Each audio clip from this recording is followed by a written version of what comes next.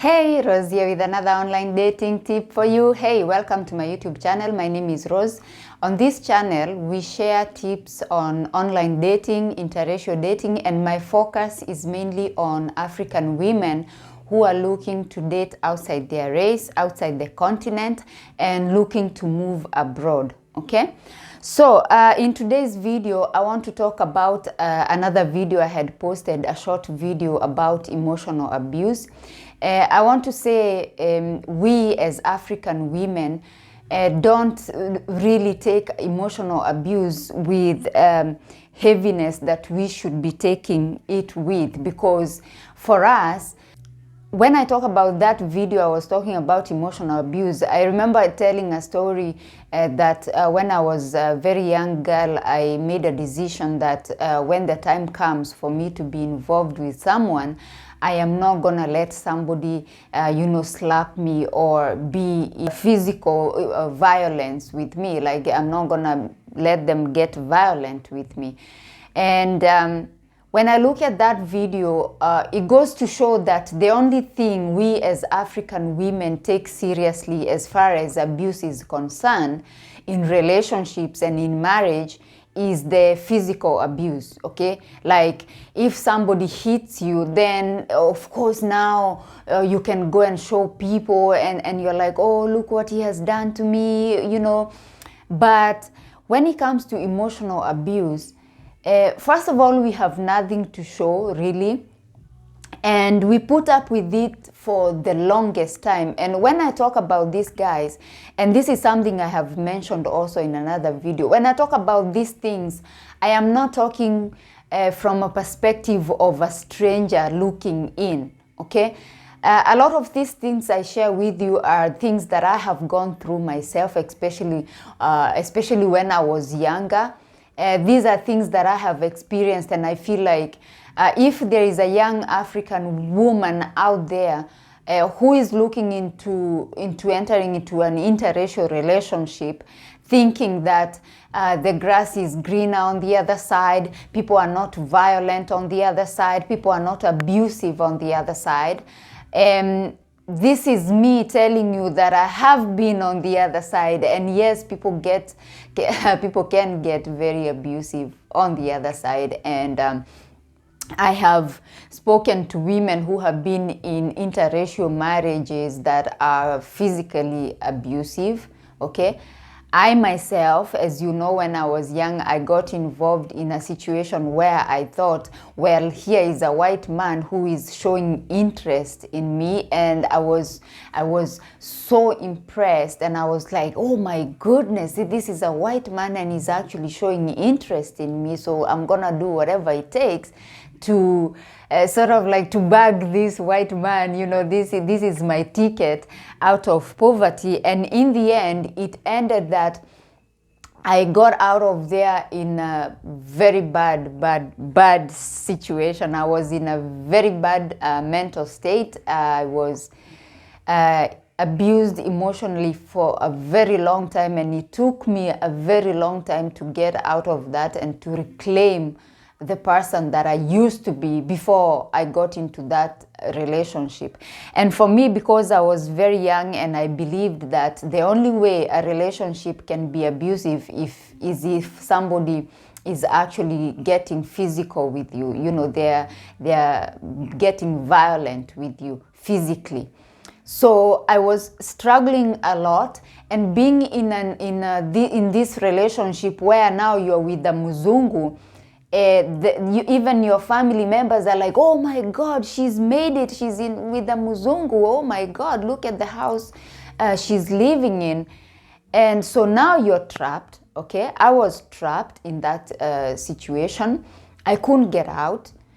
And this is why I campaign so much for women to have something of their own. Like, even if you look for that Wazungu and he's a billionaire, like, I don't care, because that is his money, okay? Unless he's putting some of those billions in your own bank account that you're in full control of, those are his billions, they are not your billions, Okay, and another issue we have when we are dating outside our culture and outside our race is that we believe we come into this relationship where we are dating somebody who has a different upbringing, they have a different belief, they have we don't share the cultural values, they have different culture, and we come here and then we are like, okay, so I have married this man, he's a rich man, or I'm in a relationship with this man, I'm living with this man, he's a rich man, therefore this is my house, this is my car, we have lots of money. No, you don't have lots of money.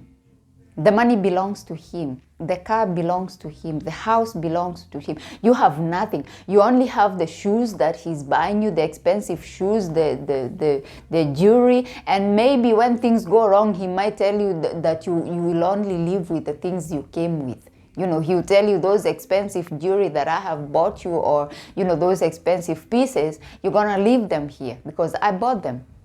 So for me, I was now in this situation where I entered into a relationship where I was like, oh yes, and it's my house, and it's my and we have all these things which we did not have. He had, I did not have. And when things went really bad, when I came to the realization that, you know what, things are never gonna change. Okay, he's never gonna change. That's how he is.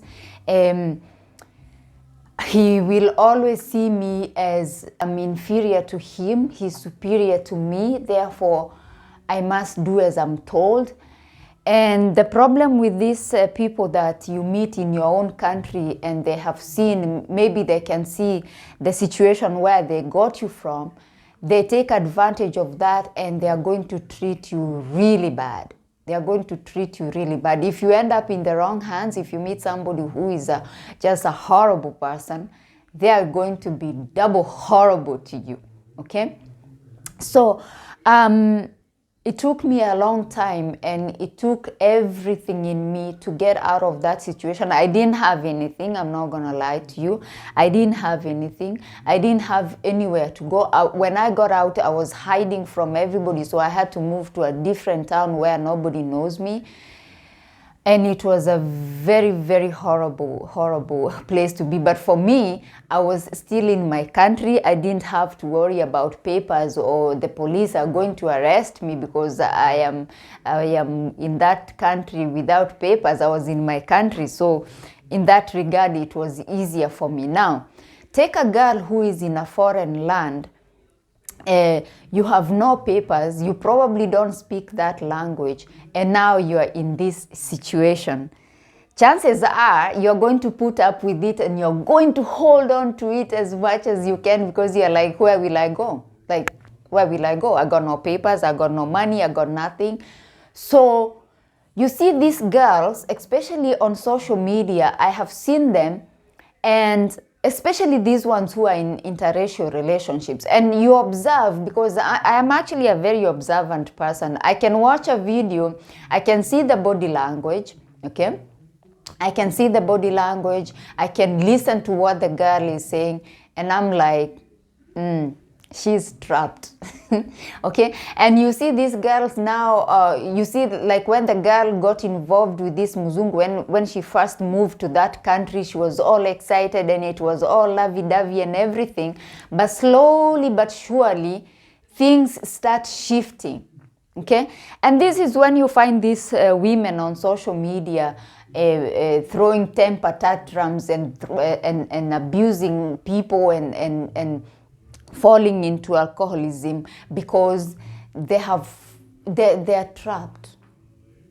So the purpose of this video is for you to watch out and recognize signs of emotional and mental abuse and financial abuse. You know, there are people you get into these relationships with, they don't want you to own anything. They don't want you to have anything of your own.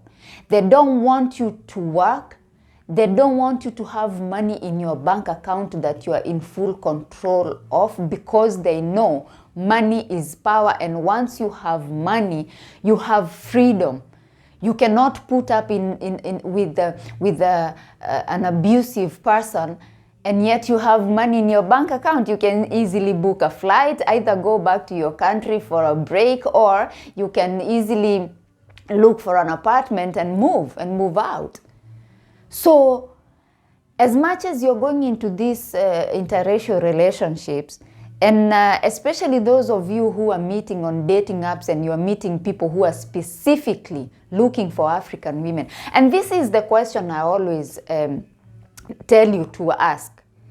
I always tell you to ask this man who is specifically looking for an African woman. I always tell you to ask him why. Why? Okay? Why an African woman? Because a lot of them are looking for this Africa. They are looking for us because we are at a disadvantage, okay? And you'll find a lot of them will question you. They want to know what you have, what level of education you have. They want to test your intelligence.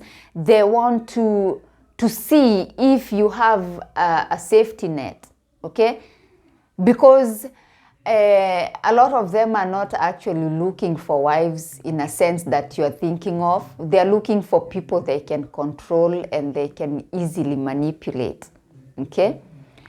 And for me, now that I'm older, I can see the signs, okay? Even as I speak to people, as I watch their content on social media, I can see the signs, and I feel like it shouldn't take you too long. It shouldn't take you too long to get out of a toxic relationship. I know sometimes we are in desperate situations where you are, as I said, you are in a foreign land, you don't know the language, you probably still don't have your permanent residency papers. But for me, I feel like your life is more important than residency papers, than green card, than living life abroad. If you can maneuver yourself and be in a situation where you can still live in that country, or you can move to another country, especially if you're in Europe, like if you can move from that European country to another, then you can try and do that. But if you're in a situation where you're like completely trapped, like you're really stuck, I would rather you don't stay there and put yourself at risk to a point where, as I said, you are falling into depression, and you're becoming alcohol dependent, and you're falling into other addictions. I think it's better you just cut your losses and just go back home and start over. The same way you found that Mzungu on a dating app, it's the same way you can find another one, a better one. That's what I believe. I believe if you are able to pull out that Mzungu on a dating app, and I know a lot of you will be like, it's so difficult, it takes a long time to find somebody, and it took me so long to find this person, and I must hold on. But your life is more important than that person, than that Mzungu. Your life is more important than those papers you're chasing. And this is the deal. When you stay with somebody for the sake of getting your papers, first of all, this person is not an idiot. He can see that you're just holding on until you get to that threshold where now you can get your papers, your permanent residency papers, and he's going to make your life a living hell. Okay, he's going to make your life a living hell, especially if he suspects that once you get those papers, you're going to leave. Okay, he's gonna be like, okay, fine, you wanna do this, you wanna play me like this, then let's play. Okay, let's play, because he's not stupid. So instead of putting yourself in danger because of papers, either find another way you can find papers, or just start over. Just find a way to get back home and start over. Okay, it's better to start over than you ending up not being here. And I know a lot of people behave as if depression cannot take you out. It can take you out. It's a disease. And it's a disease that takes very long time for you to heal out of. I know we misuse this word. We misuse depression. You're like, oh, I'm so depressed, I'm so depressed. But there are stages of depression, and there are some stages where you reach that is very difficult to get out of. I'm not a doctor, but but the stage that I was at, it took me a very long time to heal from that, and I thank God that I was able to actually pull through and pull out of that hole. You feel like you're in a hole, in a very dark place that you feel like you'll never get out. There is no hope. There is no hope whatsoever. Every day you wake up is a challenge, okay? Every day you wake up is a challenge, is a fight. You're fighting to see another day, okay? You're fighting to see another day because you don't see the reason why you should be here to see another day, but yet you fight until you see that day, and it's one step at a time until you get to a point where now you are healthy mentally. So it's not something that you take, you know, like a joke and, you know, okay, so I'll be depressed, but I'd rather be depressed on a yacht, or I'd rather be stressed in a Mercedes than be happy on a motorcycle. You know, these young girls, I see them on social media, they say all kinds of things, and I'm like, do you know what you're saying? Do you know what you're saying? Because for me, as I was leaving that house, and it was a nice house. It was a very nice 3-bedroom house. And where I went, I was in just a one room, because that's all I could get, and it took me it took me a lot of struggle to be able to have that. And if I can be completely honest with you, I had absolutely nothing. I had nothing. But mentally, I felt like I had everything. I felt like I had everything, because despite me being in that big house and having everything and just being able to go to the fridge and take whatever I want and eat, I was not able to eat. Everything was there, but I was not able to eat it anyway.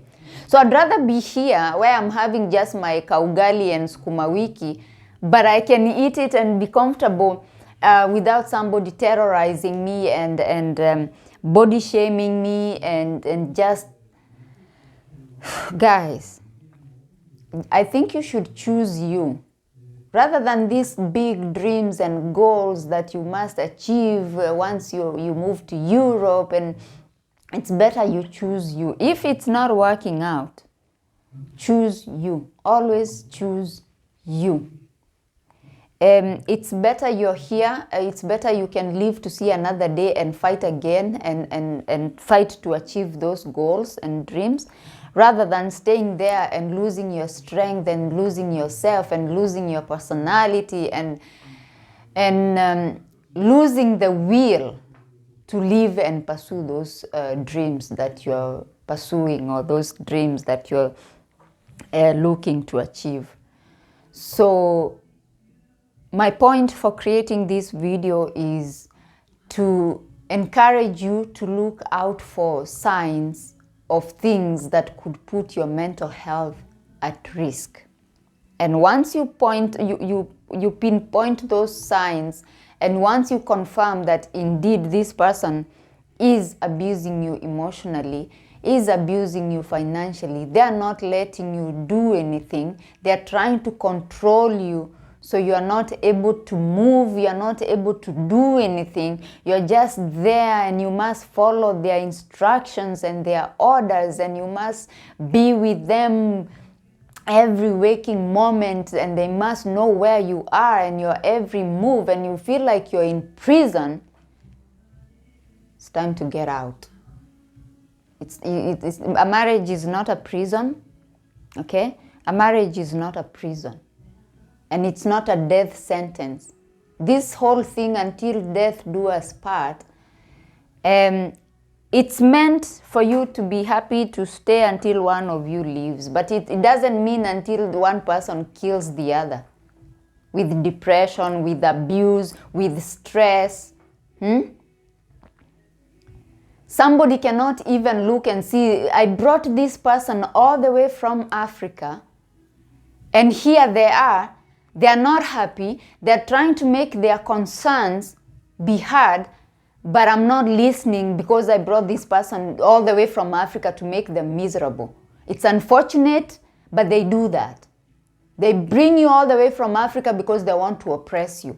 They want somebody they can oppress. They know their women would not put up with their bullshit, okay? So they want an African woman who is at a disadvantage, who wants to come to Europe or to America to get papers, who wants a better life. And so now they use that. They're like, okay, so you're gonna stay here, and then I'm gonna do with you as I please because I brought you here. It's more like I brought you here, therefore you belong to me, you are my property to do with as I please. That's not how it's supposed to be. I would rather be in Kenya, in my country, than be in a place where I feel like a prisoner. You go to Europe, you come to Europe, you're living like a prisoner. You go to America, you're living like a prisoner. For what? In Kenya, you had your freedom, okay?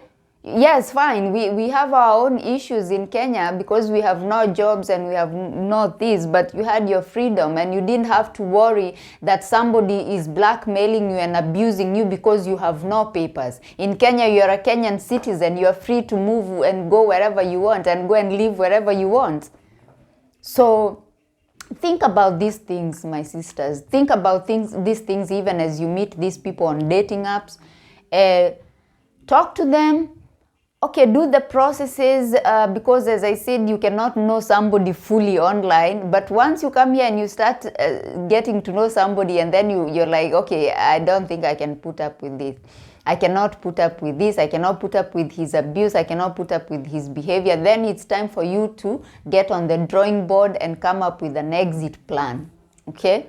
And if you are not financially able to come up with an exit plan, then just find a way to go back home then. Find a way to go back home and then start over. There's nothing wrong with starting over.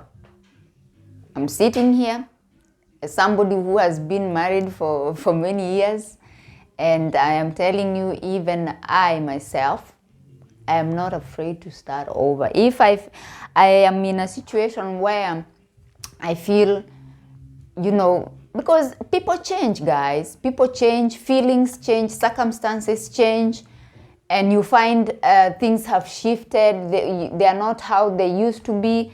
The marriage, some marriages are meant to last a lifetime, and some are meant to last as long as they last. Okay?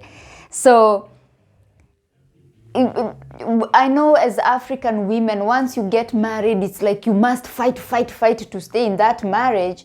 And especially when it's a woman of a particular age, okay, because we have this thing, culturally we are raised that you are not a complete woman unless you're married and you have children. So now if you have reached that age and then suddenly now you have gone on this dating app and you have found somebody and they have married you, you're like, okay, this is it. I'm married now. It's for better, for worse, until death do us part, my friend. Take care of yourself. My name is Rose. I am at Rose Blogger on all social media platforms. Please follow me if you like online dating tips, if you like these kinds of discussions, if you like to know more about interracial relationships and moving abroad.